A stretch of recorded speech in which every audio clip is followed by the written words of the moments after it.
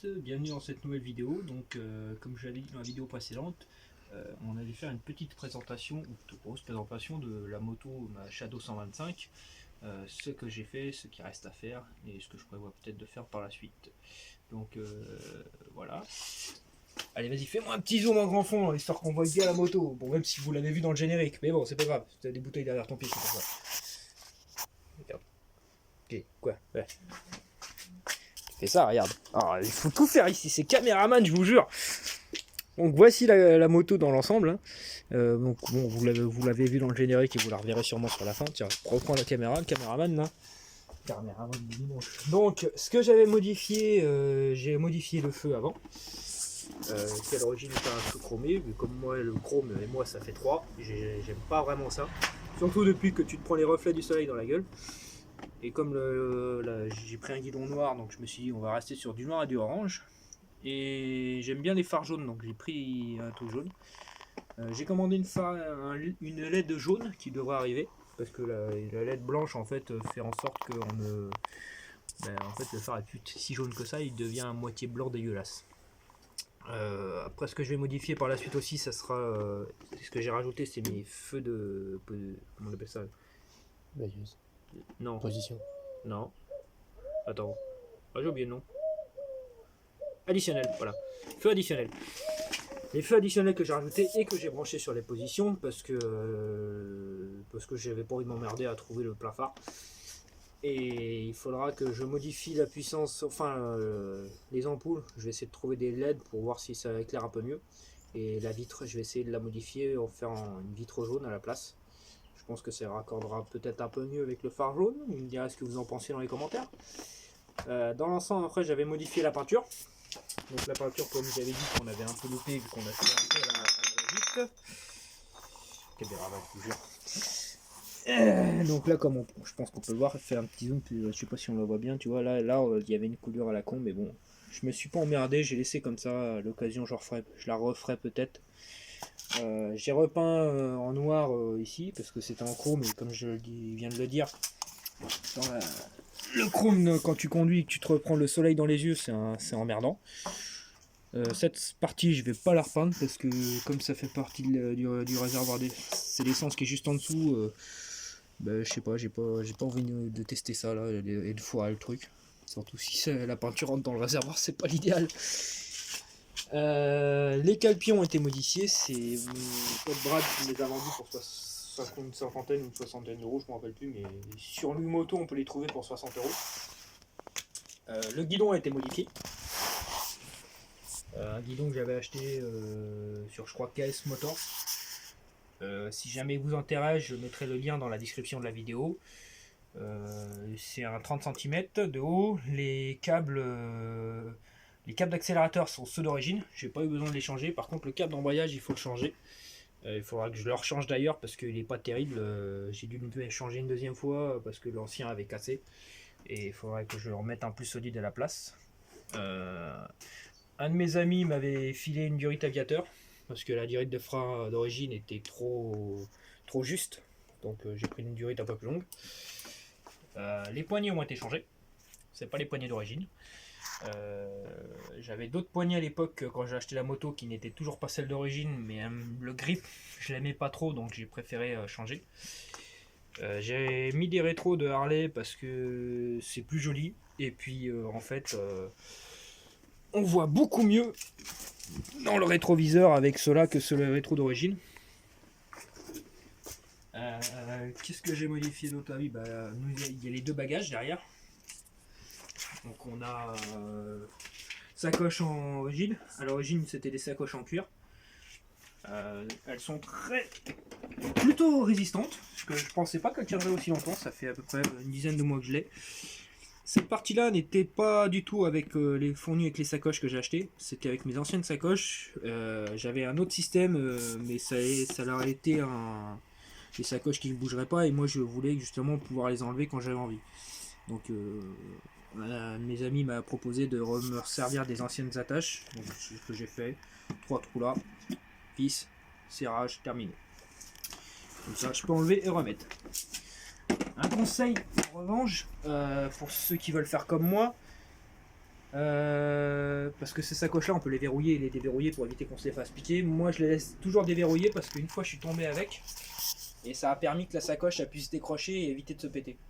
Donc résultat, depuis ça me fait un peu ça sur celle-ci parce que je suis tombé du côté droit. Comme une grosse merde, 30 km/h. Le CC bar a été modifié. C'est un CC bar qu'un ami avait fait sur mesure pour une de ses motos.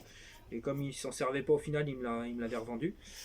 Je me suis servi des attaches d'origine que j'ai repeint aussi en noir. Faut savoir que l'origine c'est du chrome. Et tous mes amis m'ont dit que le chrome ça se repeint pas ou que la peinture tient pas. Donc bon, moi je me suis pas pris la tête. J'ai dit je mets un coup de peinture. J'ai mis 3-4 couches avec une petite couche de vernis juste pour comme ça. Et puis je verrai dans le temps si ça tient ou pas.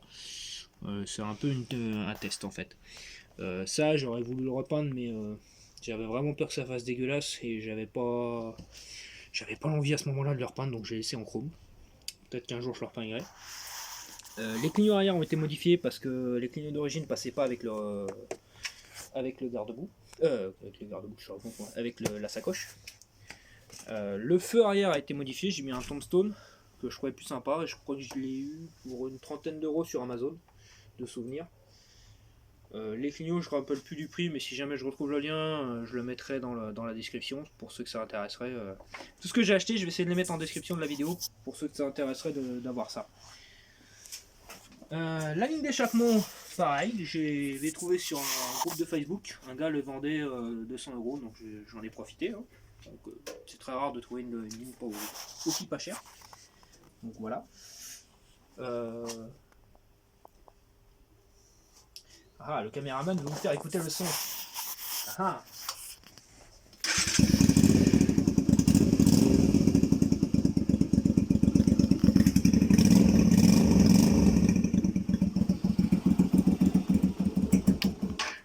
Bon, elle est un peu froide. Ah oui, tu voulais pour voir la différence avec le feu qu'on disait là. Donc ouais, vous voyez là, le feu il est vraiment pas terrible. Pas beaucoup puissant. Le plein phare, j'en parle même pas, c'est horrible. Et encore, il faudrait que je fasse encore une modif avec. Cette sacoche, c'est une sacoche qui en fait me permet d'avoir ce sac là, qui était là tout à l'heure, mais qui n'est plus là. Où est-il? Ah, il est là. Ce sac là, qui en fait est vraiment pratique, je me rappelle plus de la marque, je la mettrai dans la description. Ça permet en fait, quand vous êtes dans des concentres, des balades, de pouvoir mettre des casques, deux casques, parce que moi j'ai acheté le modèle de casque.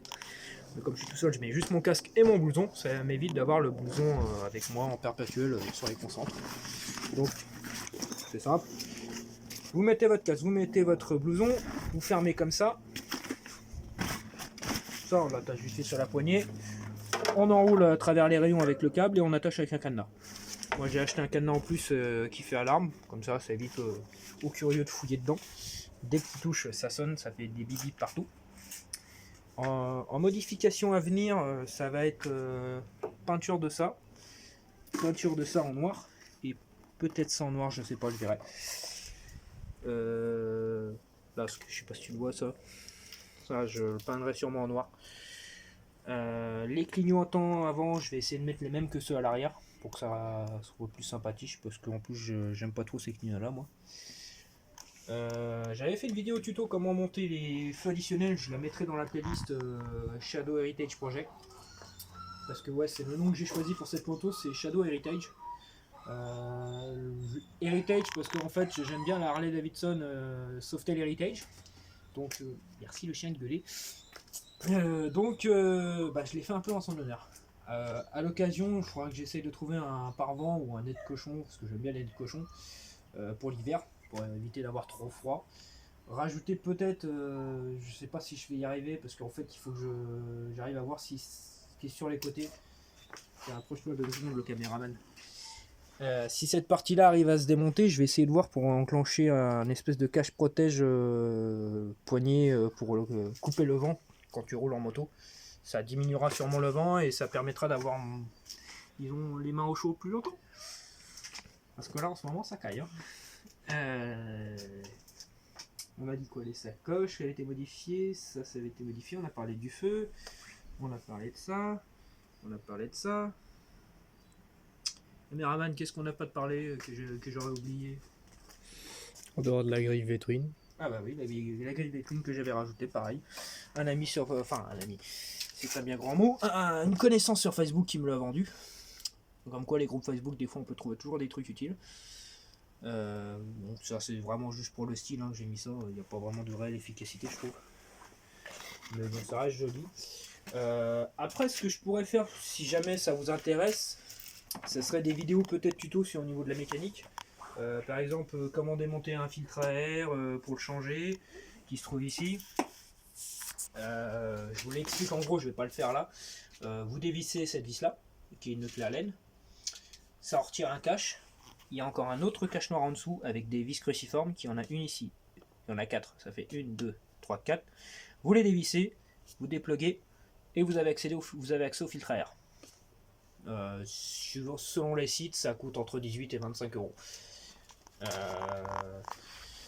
Les bougies, c'est pas compliqué, on retire ça, on prend une clé de bougie ou une clé de 16, on dévisse, on regarde si la bougie est bonne ou pas. Si elle est pas bonne, on la change. Si c'est rouillé, vous la changez tout de suite.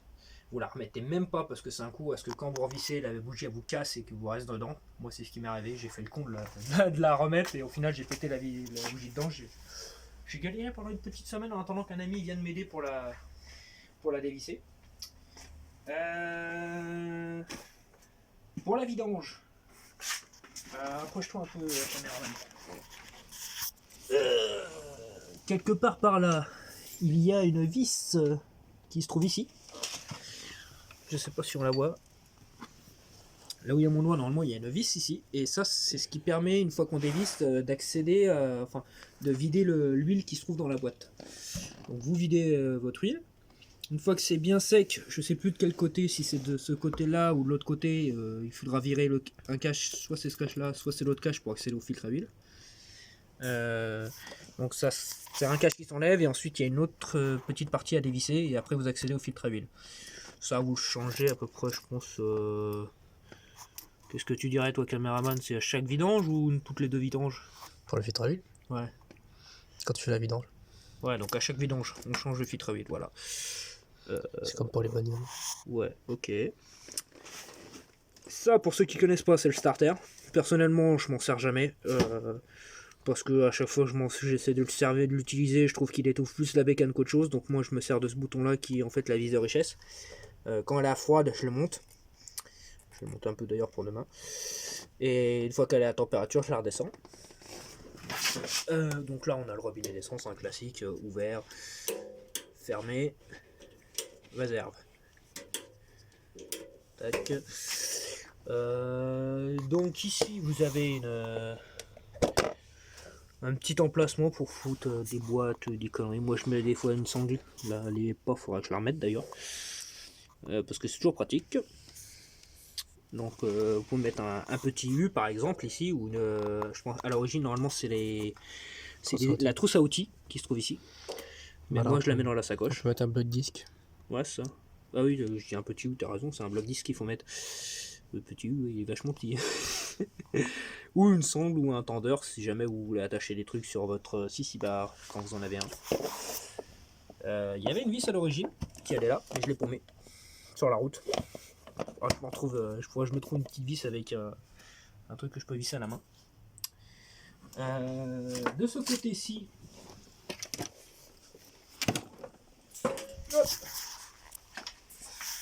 vous avez le relais clignotant en orange. Je l'ai modifié parce que j'ai mis des clignotants à LED derrière. Ici, vous avez la putain de boîte de fusibles de sa race de crotte de bique. Donc ça, c'est des fusibles de rechange. Et sinon, c'est tous des fusibles. Tous les fusibles sont là, c'est du liste. Parfois, je mets un peu plus parce que j'ai toujours un fusible qui saute très rapidement. Je sais pas pourquoi, ça me casse les couilles. Bref.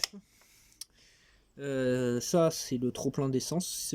Non, pas le trop-plein d'essence, je raconte le trop-plein de liquide de refroidissement.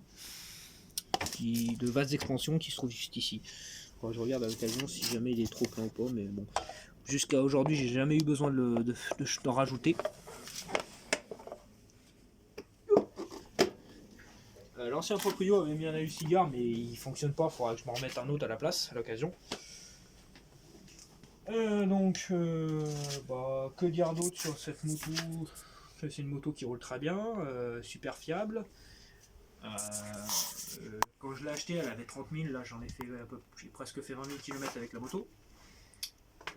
Cet été, l'été dernier, je suis parti jusqu'à Biarritz avec, donc pour vous dire, franchement, vous pouvez prendre l'autoroute avec, il n'y a pas de souci, c'est vraiment de la bonne moto. Personnellement, je trouve que c'est la meilleure des 125. Il n'y a rien qui vaut mieux cette 125 au niveau du custom, parce qu'après, dans les autres catégories de 125, j'y connais pas trop. Je les ai pas testés, donc je peux pas vous le dire. Mais dans les catégories custom 125, la Honda Shadow 125 pour moi est la meilleure. Moteur robuste, les freins ça vous tient, truc de fou. Je voulais dire un truc tout à l'heure. Il y a un gabarit valorisant. La vitesse, c'est ça que je voulais parler. La vitesse, ouais. La vitesse et l'autonomie. Alors quand vous roulez cool, moi j'ai réussi à faire personnellement avec la moto jusqu'à tomber en panne sèche 500 km. Donc vous avez vraiment une bonne autonomie. En faisant j'ai dû faire quoi 100 km sur autoroute à 110 et tout le reste sur les 1000 km que j'ai fait et tout le reste j'ai roulé à 80-90 km/h sur les petites routes. Donc franchement ouais, c'est de la bonne bécane. D'origine, avec le pot d'origine, je montais à 130. Comme j'ai modifié le pot, il faut que je refasse un réglage au niveau de l'arrivée d'air. Là j'ai perdu 10 km/h, donc j'atteins les 110-120 maximum. Mais sinon, d'origine, tu montes les 130, donc franchement, si t'as pas envie de passer le permis gros cube, t'emmerder à passer le gros cube, t'as le permis voiture, au bout de 2 ans, tu fais ta formation 125, tu t'achètes une petite 125 custom comme ça. C'est très suffisant pour le faire des petits trajets ou même des road trips comme je fais moi souvent l'été. Donc voilà. Bon après les road trips, on est limité en on est limité en objets. Une tente, la tente, le sac de couchage, c'est tout ce que tu peux prendre. À moins que tu arrives à bien t'organiser. Bon, je crois que c'est tout ce que j'avais à dire pour l'instant. Donc si jamais vous voulez d'autres informations, si vous avez besoin de conseils ou d'aide technique sur vos motos, n'hésitez pas à le dire dans les commentaires ou nous envoyer un message ou par mail. Likez, partagez, abonnez-vous pour ceux que ce n'est pas déjà fait. Et n'oubliez pas de cliquer sur la petite cloche pour les notifications pour les vidéos à venir. Sur ce, je vous dis à la prochaine pour une prochaine vidéo. Ciao!